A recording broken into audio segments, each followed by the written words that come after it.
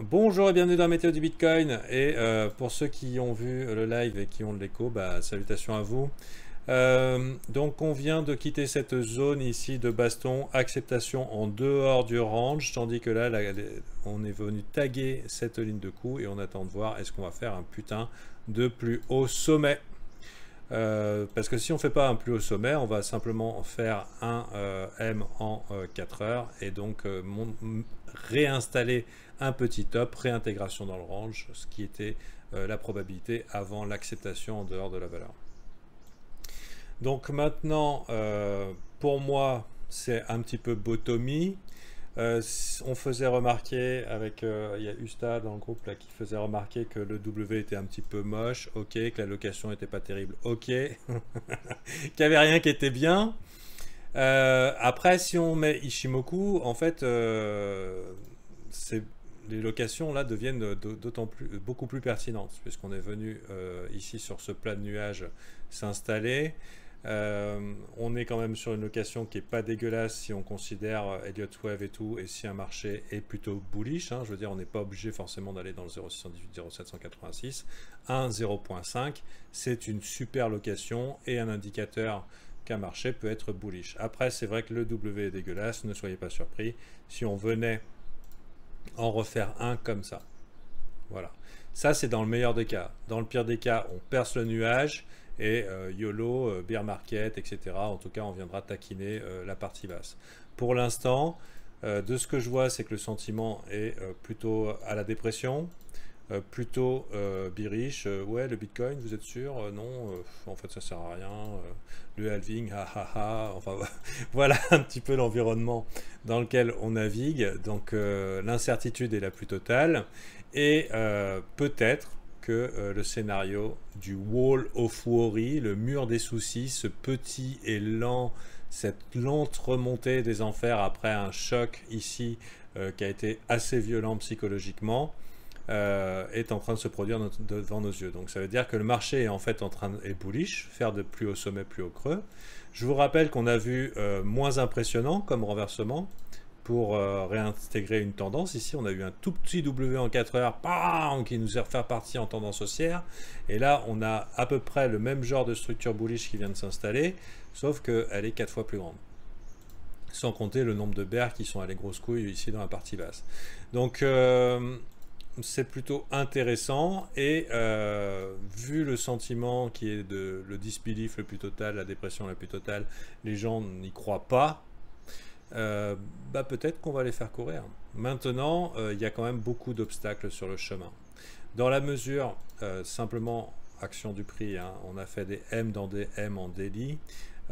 Ce gros passage-là risque d'être quand même très difficile. Vous voyez aussi, la résistance, elle est parfaitement bien dessinée ici. Donc là, ça va être une grosse résistance. Donc là, pour l'instant, on risquerait simplement d'aller chercher ici et voir comment ça se passe. Si bien sûr ça consolide et ça fait pression, c'est plutôt bon signe. Si les liquidations s'enchaînent et ça monte d'office, ça serait plutôt bon signe. Autre résistance importante, ça va être ici. Il va falloir qu'on passe de l'autre côté de cette trendline et qu'on installe quelque chose de bullish de l'autre côté. Pour l'instant, c'est normal qu'on soit dans l'incertitude. On pourrait très bien faire quelque chose comme ça. Voilà, c'est pas encore fini cette consolidation. Donc voilà pour aujourd'hui. Maintenant, personnellement, on a deux solutions. Soit on est embarqué dans le scénario Walking Dead, les marchés dégueulent jusqu'à l'infini, de toute façon il y aura très peu, plus personne va s'intéresser au marché, plus personne va rien acheter, et puis on est juste enfermé à éviter de choper le coronavirus. Ok, et dans ce cas-là, on pourrait malheureusement devoir attendre un cycle baissier sur le Bitcoin, aller taquiner pendant l'année qui vient ou plus la partie basse de ce range, et on verra après. Voilà. Ou alors, et ça c'est dans le cas où c'est différent, parce que quand on dit cette fois-ci c'est différent, généralement ça ne l'est pas. Cette fois-ci c'est différent, c'est que le halving va avoir un impact sur le prix. Donc peut-être que finalement c'est pas différent et qu'on arrive à des sentiments de peur, de disbelief assez énormes parce que simplement d'un point de vue ici, on avait un trend plutôt propre, mais alors super propre. On peut même pas dire qu'il était exponentiel. On peut même pas, parce qu'il n'était pas en mode exponentiel, style blow off top, parabolique et tout. Enfin, c'est l'opposé d'un trend parabolique. Là, on était dans le cadre d'un trend super fort, 45 degrés. Donc dans ce cas-là, on est juste dans un dip. Simple dip de tendance de continuation haussière. Et on pourrait très bien considérer qu'on est en train de poser ce dip et ensuite on continue haussier. Voilà. Personnellement, je pense que si le Bitcoin doit briller, bah, c'est cette année. En tout cas, disons que les planètes s'alignent entre la fragilisation du dollar, etc. etc. Pendant ce temps, partir all-in sur Boursorama pour plus avoir de sous pour acheter le bottom du BTC. Je pense que c'est un bon moment pour hold. Bien sûr, une installation en dessous des 6004, et ben forcément un Monthly M, c'est le meurtre, quoi. Ça serait plutôt une mauvaise nouvelle. Mais considérant que cette tendance était plutôt forte et plutôt propre, on pourrait très bien aller chercher les stops des bears et on aurait installé un énorme bear trap avec une incertitude. Le fait que ça remonte doucement, c'est plutôt positif. Pour moi, tout est aligné pour une continuation haussière. Le temps nous le dira. Si j'ai posé mes couilles ici, avec le risque bien sûr de revoir aussi, parce qu'il y a aussi des stops à aller chercher, ne pas aller à 8100, ça paraîtrait bizarre aussi, je vous le dis tout de suite. Ne pas aller dans les 8100, faire quelque chose comme ça, ça paraîtrait bizarre. De par les consolidations ici, enfin cette zone ici qui est très très importante, grosse zone de travail. Grosse zone de travail, donc cette zone normalement devrait être visitée. On est peut-être ici dans un petit relief, dans un petit rebond avant d'aller chercher cette zone et ensuite de poser le vrai bottom, briser quelques cœurs et dire ok, on vous avait dit en fait c'est un bear market, vous fils de pute, et ensuite repartir plus haut. Donc ça, possible.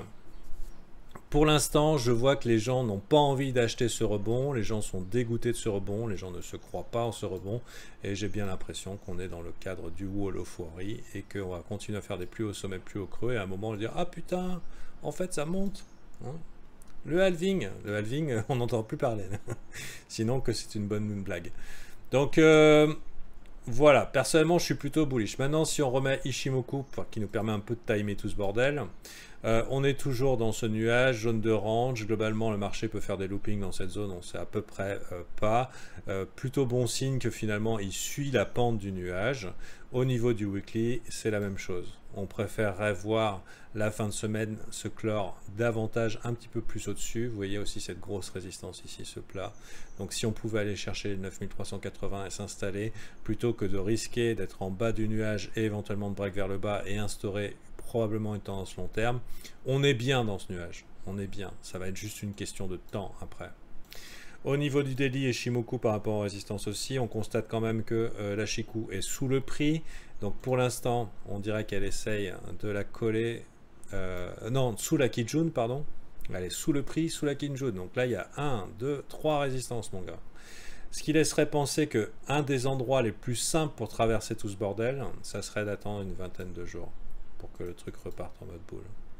Si on fait un petit peu, si on voulait la période de moindre résistance, il faudrait que par rapport au 24 février, on soit là.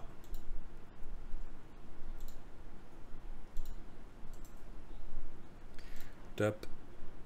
Oh fuck. Bien sûr, tout cela, ce n'est que de l'analyse technique, hein, c'est pas de la boule de cristal. 14 jours, donc on pourrait très bien attendre 14 jours pour avoir une sortie plutôt nette de ces zones de résistance, donc Kijun, Prix et Tenkan. Bien sûr, j'ai pas vraiment envie de voir la chose partir sous le Kumo, même si c'est encore possible. Maintenant, à nous de voir, hein, à nous de voir. J'ai cru voir des index de banque étaient en train de s'effondrer.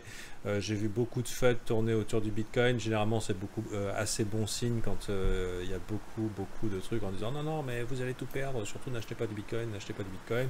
C'est tout à fait le genre d'ambiance qui veut dire bon, bah en fait, il faudra peut-être en acheter. Fear, alors enfin, quoi signifie FUD? Ça veut dire Fear, Uncertainty, Doubt. C'est-à-dire la peur, l'incertitude et le doute. Et c'est une manière en fait de mettre le doute aux gens pour pas qu'ils achètent. Donc sachez que d'avoir un prix qui part en faisant des plus hauts creux, plus hauts sommets, et c'est le cas, hein, en daily les copains, plus haut creux, plus haut sommet, avec des gens qui n'y croient pas, qui sont en disbelief, qui ont peur, qui disent ok c'est foutu et qui sont dépressifs, c'est la meilleure chose qui peut nous arriver. La pire chose qui puisse arriver, c'est que tout le monde parte au ligne ici, que le prix bouge à peine et ensuite ça dégueule. Donc vaut mieux que le prix aille lentement mais sûrement dans la bonne direction sans embarquer tout le monde pour ensuite dire ok c'est bon. À partir de ici, je peux vous dire que ça va être comment ça s'appelle, si on fait pas un double top bien sûr, hein, ça va être les feux d'artifice. Alors je pense que c'est l'année décisive. Là, en ce moment, dans cette zone de consolidation, c'est l'année décisive pour le Bitcoin. Personnellement, je suis grosse boule dessus. Je me dis, s'il y a un moment pour être boule sur le Bitcoin, c'est maintenant. Tiens, c'est marrant. Sur BTC One, je montrais un petit peu mon scénario possible du Head and Shoulders inversé. Bien sûr, ici, très important de voir comment on va résoudre au-dessus de 10 665. Ouais.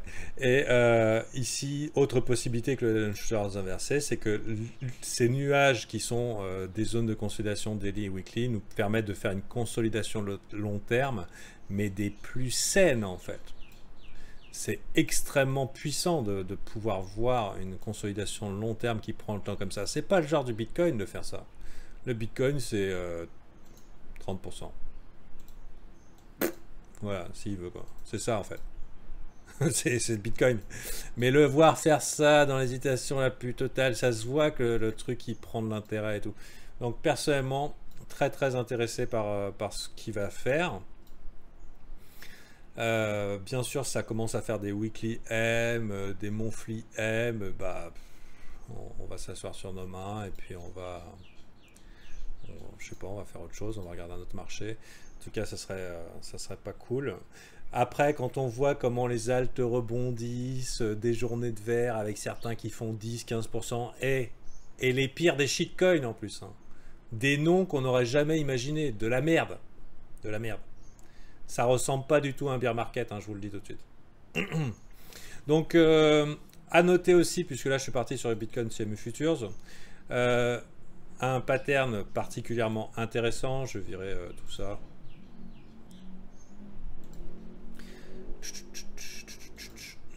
Pattern complètement intéressant, on va virer OBV EMA. Non, problème de double clic. Donc ici, on a le prix qui monte. Et record de volume sur le CME au sommet. Ici, on a le prix qui descend. Les volumes. Quel volume? Donc, ce qui définit une zone de consolidation. Donc, il n'y a pas d'intérêt à la vente. C'est juste une respiration naturelle. C'est les longs qui prennent leur profit. Maintenant, quand c'est que l'argent va rentrer? Moi, je m'attends à quelque chose comme ça. À partir du moment où ça se déclare et qu'on voit les volumes réaugmenter au niveau du CME, ça veut dire que les messieurs sérieux, à gros budget, ils ont les grosses couilles et ça les intéresse. Donc voilà, pour l'heure, je pense qu'on a tout pour dire que c'est plutôt encourageant. Si vraiment ça, c'est le bottom et qu'on ne fait pas beaucoup plus joli et qu'on confirme notre Head and Shoulders inversé penché vers l'arrière, là, c'est super bullish. Il ne faudra pas être surpris si après, à la fin d'année, on a un Bitcoin à 30 000. Hop, est-ce que...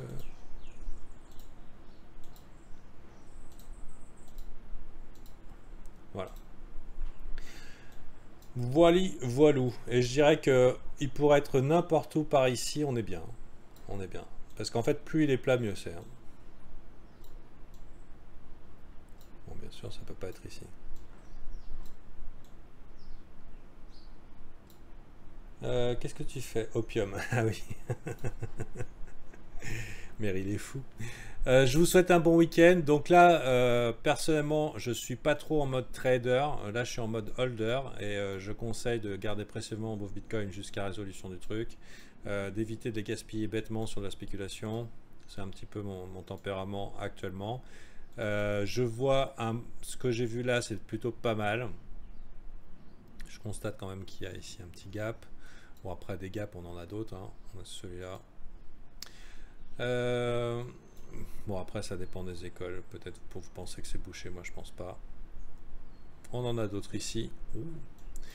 Clac, clac, clac. Par contre, après, si on veut souffrir des gaps, on en a aussi par le bas ici. Et on a aussi celui-là ici. Donc, à voir un petit peu. Est-ce que les fondamentaux vont prendre le relais? C'est un petit peu ce que j'ai envie de voir. Ce que j'ai envie de voir, c'est pas la fin du monde économique, mais je dirais que commencer à voir le dollar en train de taquiner les supports en mode ah ici peut poser question, et bien sûr ça renforce le potentiel d'un Bitcoin, mais qui plus est, c'est si vraiment on venait de dégueuler. Là vous voyez, j'ai mis une alerte, et si vraiment on fait un gros dégueulis jusqu'à l'autre zone de support sur le dollar index, ce serait très bon pour le Bitcoin. Et si on venait à perdre ce niveau ici pour faire un Monthly M au niveau de l'index dollar, ça serait très bon pour le Bitcoin. Bien sûr, pour l'économie mondiale, pas bon. On a déjà un Monthly M ici sur le dollar. C'est pas bon. C'est pas bon pour le dollar. Après, voilà, qu'est-ce que va valoir le dollar? Est-ce que le dollar va chier ou pas chier? Bon, telle est la question. La question aussi, c'est comment vont se comporter les stablecoins qui vont être référencés au dollar. Je n'exclus pas à un moment une sortie un petit peu panique de stablecoin qui va se réinjecter dans le Bitcoin. Enfin voilà, on est quand même dans un environnement assez chaotique. Hein. Vous avez pu remarquer au niveau des marchés, il n'y a pas que le dollar, il n'y a pas que la crypto. Je dirais que même c'est quasiment plus dangereux de trade les autres marchés que de la crypto en ce moment, puisque elles sont vraiment en mode bullaire, quoi. Surtout qu'ils viennent de rajouter 60 points, je crois, de cut sur la Fed. Mais il en a prévu d'en rajouter encore je ne sais pas combien. Donc, Monsieur Dollar va prendre cher dans la gueule. Ouh là là là là là. Tiens, c'est marrant, là. C'est marrant, là. Vous savez pourquoi c'est marrant? Parce que d'un coup, là, c'est plus... on n'est plus dans le cadre d'une corrélation Bitcoin. Hein. Donc, c'est le moment de briller, mon gars. C'est le moment de briller. Spoofy, si tu m'entends, c'est le moment de briller. Merde, c'est ici. Compare. BTC USD. Oh là là, cette corrélation inversée. Oh là là.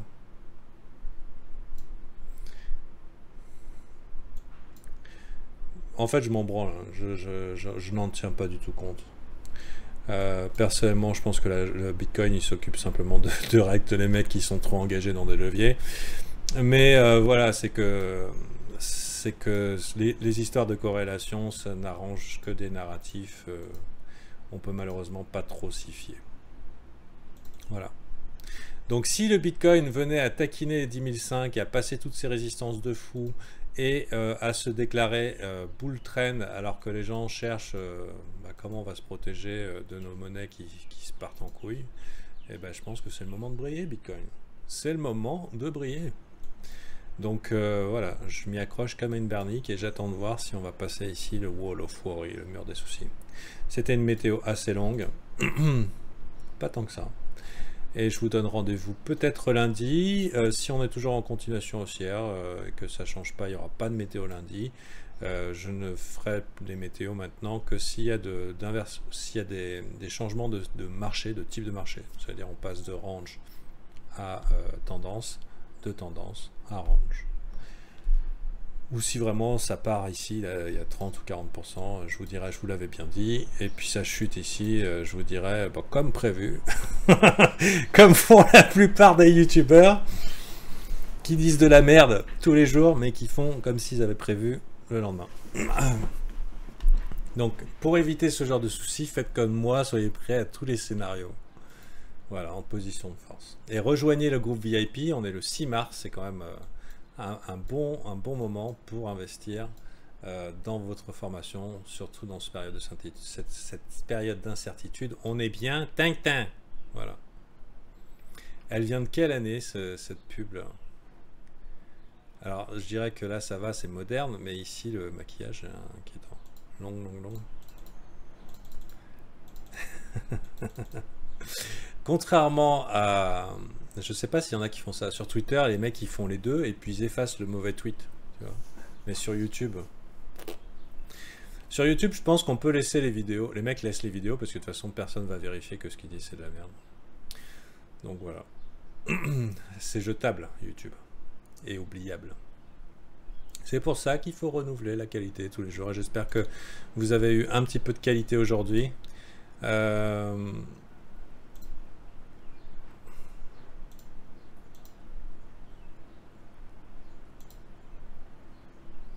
Petit test. Oh putain, c'est beau ça. C'est beau, c'est beau.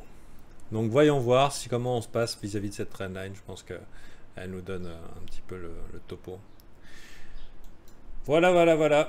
Allez, à bientôt.